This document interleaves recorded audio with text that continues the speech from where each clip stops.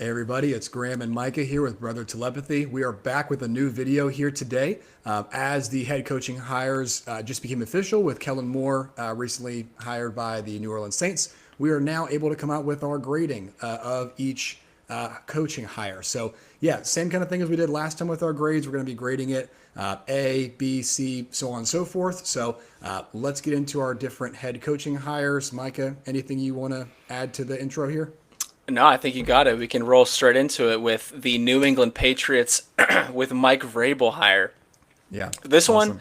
this one I don't really know how to feel. I know that you're gonna have some thoughts being the ex Titan coach here, but I like the coordinator hires. I think that Josh McDaniel is meant to be a Patriot calling plays. He obviously had that long stint where he won multiple Super Bowls with them, so I actually really like the coordinator hire, and I think that's what brings it up for me. Ultimately, you're actually higher than I am. I just feel like Vrabel is more of a dated coach. I know he's a fan favorite. Obviously, a lot of people in the NFL circles really like him. I'm just not as much of a fan. Do you have any thoughts? Yeah, I mean, and I'm certainly not a fan myself either. I was very happy to see him go in Tennessee.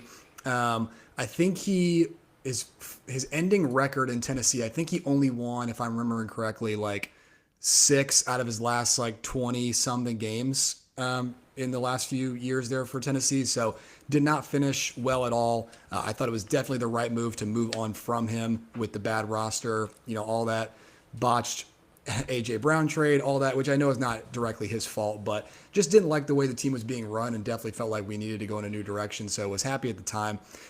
In terms of him being on the market as an available head coach, I think that one thing that deterred him from being retained by the Titans was his feeling of needing to be chief in command, essentially, acting as like somewhat of a GM light, if you will. And so I feel like he really wanted that control, and obviously New England was willing to offer him that. I give it a B because he is somewhat proven in the sense that he has turned around a team. They were really strong. Obviously, 2019 was number one seed in the AFC. Had a few seasons there, kind of revived Ryan Tannehill's career as well. So there are some things going for Vrabel. However, like you said, very dated in his coaching style, and a lot of people are really keen on his like football acumen, I'll call it, because of the one time on national television when he like outsmarted Bill Belichick with the Sure, flags and the sure. punting situation. But he says things like we reserve the right to punt and stuff like that just is so old school that I don't really think it fits the current NFL scope. And also you've got Drake May, this young, a lot of potential quarterback. I would have loved to see them hire somebody on the offensive side of the ball to really get his career kicked off. But I'm with you. I think Josh McDaniels is a good hire. Terrell Williams was the defensive line coach in Tennessee under Mike Vrabel, so it made complete sense to hire him as well. I think he's pretty well respected too. So I give it a B. Definitely not. Neither of us are definitely as high as majority consensus is on this one. So Yeah. And I promise me and Graham are not like in unison with all of our. We actually disagreed yesterday over the phone. We were talking about Graham. What were we talking about over the phone, over the we're talking text about that we Jalen Hurts were and talking about Jalen tanking. Hurts. That might have to Yeah, be another video, but we we'll, were we'll, just we'll touch on that we'll later. touch Yeah, on I that. Yeah, agree. me and Graham have some disagreements. So this one's a slight disagreement, but we're pretty much in line with what we think overall. Pete Carroll. This one is this feels like a rent for hire. Like this is not a long term thing. Pete Carroll, obviously the oldest coach in the NFL currently, been doing it for 28 seasons or whatever it is with the NFL and college combined. Been in the league for longer, obviously, but I Chip Kelly is interesting. I don't really know how to feel about that, but I won't touch on the coordinators too much. Pete Carroll overall, I think is a fine hire. I feel like it's more of like a stability hire. You're just trying to keep the ship afloat and kind of build up a culture. And then I think the next hire they make, this is like a 2 or 3 year rental for me. And then I think the next hire is going to be their real coach, and they're kind of letting Pete Carroll, maybe put his finger on that of who he thinks should take the reins next. But what are you thinking? I think that's an interesting point. Maybe he's going to try to build up somebody through the ranks to kind of take over after he's ultimately finished. I think I agree with you where this is a culture hire. I think you need somebody who can really right the ship from that sense. So I think Pete Carroll made a lot of sense for that reason. the Raiders are lacking any sort of direction, I think. And so let's get somebody who can really build up that culture. So I think for that reason, it makes a lot of sense. Was wise of them to retain Patrick Graham. That was big for on the defensive side of things. And then Chip Kelly, I agree, a very interesting hire. Obviously, did really well with Ohio State as offensive coordinator. I was not talking, but I was reading something online. I can't remember who said it, but basically they were saying that obviously the Chip Kelly experience in the NFL was a disaster. But it sounds like he really changed up his scheme quite a bit from that first stint in the first couple stints in the NFL, going back to ultimately Ohio State, because he had a little stint there in UCLA as well, I believe. But after he got away from the Pac-12, it sounds like he really kind of changed things around. So maybe there's some optimism there. But yeah, overall, I think because of the need for a culture shift, I think this does make sense. I would have loved for them to get Ben Johnson personally, but I think this would be, again, going to like a culture hire. I think this makes sense. Yeah. Cool. Okay, I was making sure I wasn't muted. Yeah, no, you're We're good. on we're on Shoddy here. What do you think about Shoddy? I'll let you start this one. Yeah, so this is a really weird hire. I mean, from the sense that Jerry just, you can't help but think that Jerry just kind of wants his pawn in the head coaching seat, and so that gives me a little bit of concern. He got the Dak stamp of approval. Dak Prescott was talking about how he was a great hire, and it sounds like there is some optimism. Like there wasn't a consensus that this was an awful hire, so that gives me a little bit of hope on this one. But there's just nothing to go off of. So I gave it a C just because it could be good, could be bad. We just don't know. So I'm kind of in the middle on this one.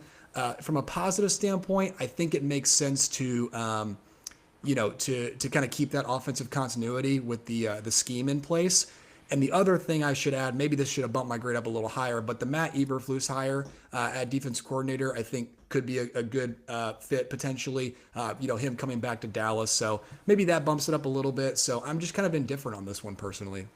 In hindsight, we should have known that this was going to be an internal hire from the start. I mean, we were being optimists and we thought like, oh, maybe Ben Johnson, wants to go play for America's team, but we knew Jerry had different plans, obviously. So I don't think Shoddy's a bad hire. I'm probably higher on it than most, actually. I think that last year is not really a fair assessment of what they are as a team or his coaching ability. I think that's the worst talent, skill position room in the NFL, or up there at least from last year. Because if you take out CeeDee Lamb, you have, I mean, I don't even know who your next best weapon is at that point. But the main thing for me is the coordinator hires here. Clayton Adams, who knows? Who knows what that looks like coming from college. But I think Eberflus and Sorensen are fantastic hires. Obviously, Eberflus defensive background, and then Sorensen defensive coordinator for the Niners last year. So those are both interesting hires there. So I'm a big fan of the coordinators that he brought along with him to coach. So that one, I feel good about this one. I'm optimistic going forward. Yeah, the last point I'll make on that before we touch on Kellen Moore is that with the Eberflus hire, a lot of Bears fans and other folks who are going to be probably disagreeing with us pretty strongly, the fact that was a good hire. But you got to remember, being a head coach and being a coordinator are two very different things. You can be a good coordinator and a bad head coach, and vice versa. So I think overall, I'm with you. It's a good hire. It's super. Yeah. I mean, I'm not going to touch too much on it, like because you just you nailed it. But it's completely different. There's no. They don't correlate 1-to-1, and just because you're a good coach means you're going to be a bad coordinator, and vice versa. So, Kellen Moore, you want to start us off? Yeah, so obviously we're TBD on the coordinator hires here, so not too much to say yet. That probably would influence the grade a little bit here, but yeah, I'm kind of like you on this one here, kind of what you were saying with Pete Carroll. I feel like this is just kind of like I feel like the Saints were always going to do a hire that just was kind of like a rental type of situation. Kellen Moore's had a lot of intrigue in the coaching world for the past few cycles and just ultimately hasn't landed a job. So that cautions me a little bit. Obviously did really well with the Eagles this year, and in Dallas too. There was some success. So again, I'm mostly indifferent, but I feel like the Saints were never going to make a great hire. So maybe that influenced my grade a little bit on this one. You know what? I'm glad we disagree a little bit on this one because I actually think Kellen Moore is a fairly strong hire. I'm giving it that B minus grade because of what you said. There's a lot of unknown with him as a head coach, like how that'll translate. But if we're talking about an offensive mind, and I actually think something sneaky about Kellen Moore is I think he's very calculated. I think that even to kind of counter the point that you were making about him maybe not landing head coaching positions, I think some of that might have been intentional. I think some of that might have been to his own doing, like, hey, maybe I'm not ready. He took the Cowboys job, obviously, had a ton of success there. Went to the Eagles, saw an opportunity, won a Super Bowl there. And I think that now maybe he feels like this is a good time to, become that head coach that he was maybe supposed to be a couple years ago, but never actually did. So I'm a little bit more optimistic on this one. But Yeah, I'm glad we disagree, so we have some different points here. we'll see, but that's a fair point. Yeah. Yeah, Ben Johnson. I mean, this one we shouldn't be able to, we shouldn't talk too much about this one. I don't really care about the coordinator hires. I just think that Ben Johnson has been the, optimal coach or the most coveted coach in the coaching, carousel or whatever for the past couple years now. So the fact that he actually got an opportunity is super exciting. Unfortunately, it's with the Bears. To my unfortunately, for Bears fans are doing backflips, but no, I'm excited about this one for them. A plus for me. Yeah, I think this easily could have been A plus for me too, and that's ultimately how we landed on the overall grade being an A plus. Yeah, I mean, again, obvious, biggest like uh, brightest head coaching potential hire since probably like Kyle Shanahan came out as a coaching option. So obviously was very much sought after by probably every single team, even ones that didn't necessarily have a head coach opening. I'm sure Right. were intrigued by the fact that Ben Johnson was out there and looking for a job this cycle. Yeah, in terms of the coordinator, since you didn't really touch on it there, Doyle, he's the young, I think he was the quarterbacks coach in Denver this past year. So maybe there's some intrigue there. And then Dennis Allen, great home, kind of defensive coordinator hire for the same reasons we gave for Schottenheimer hiring Eberflus there. So that definitely could have bumped the grade up too. I'm sure he's going to, fit them just perfectly fine.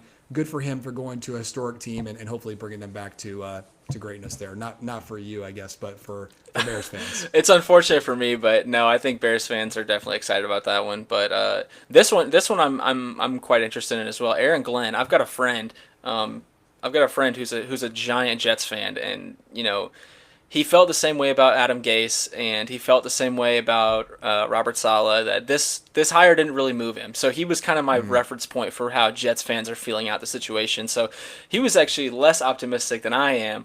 I'm really impressed with Glenn's ability to like come in there and just say how he feels, say his thoughts, and obviously there's already moves going on as we saw Rodgers get released today. Um, Not this officially, but not a in principle. well, I saw him tweet about it, so I'm calling it official. But No, I mean it's in principle it's happening. right, Yeah. yeah, no, but yeah, I'm excited for this one. Steve Wilkes, I'm excited about as well as a DC. I feel like he was kind of got bent over with his opportunity in the league. Like, he got stuck with that Cardinals team with Josh Rosen, so there was no room for success there. Yeah. Obviously, in Carolina, he had great years, and he may have struggled recently with the 49ers, but yeah, I think Steve Wilkes is a great hire as well. The defense can be flying around. I'm super excited about that. I'm overall happy with it. What do you think? Yeah, I mean, you've got two like leader of men, rally the guys type of guys leading the helm there with Aaron Glenn and Steve Wilkes there. So that's a positive from that standpoint.